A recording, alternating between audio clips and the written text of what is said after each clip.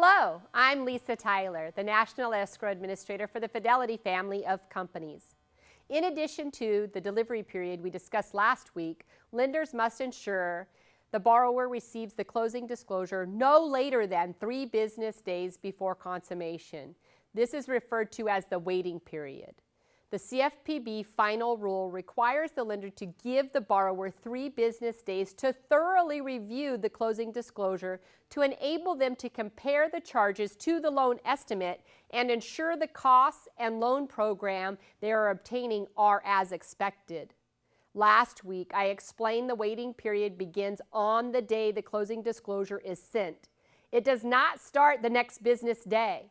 If the closing disclosure is delivered by mail, email, courier, or fax on a Monday, it is assumed the delivery period expires on Wednesday at midnight.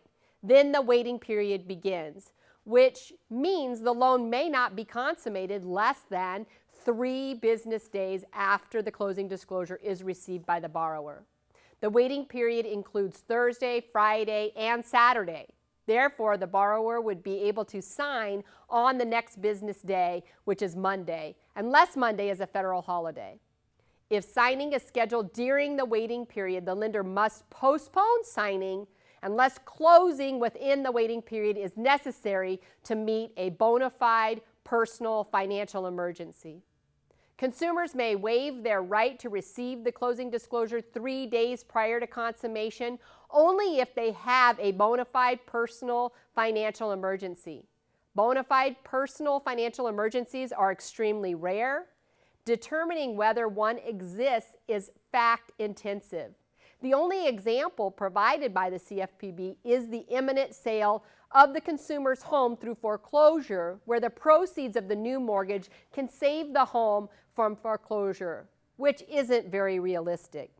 If there are changes to the loan's APR, changes to the loan product, or a prepayment penalty is added to the loan after the closing disclosure has been delivered to the borrower, then the lender must ensure the closing disclosure is revised and a new delivery period and waiting period begins.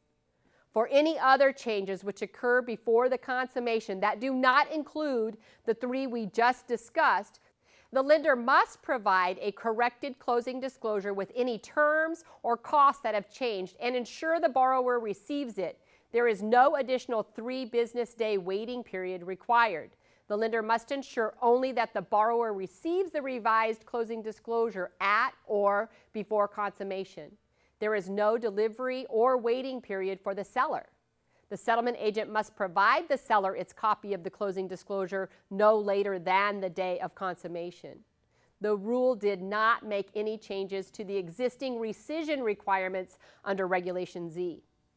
This means if the borrower is refinancing their existing loan, then the delivery, waiting, and 3-day right to rescind applies. Keep in mind, the rescission timeline is calculated different than the delivery and waiting periods. The first day of the rescission period starts the day after all borrowers have received their notice of right to rescind. Only 1 week left. Next week, I will introduce you to the seller's closing disclosure. See you then.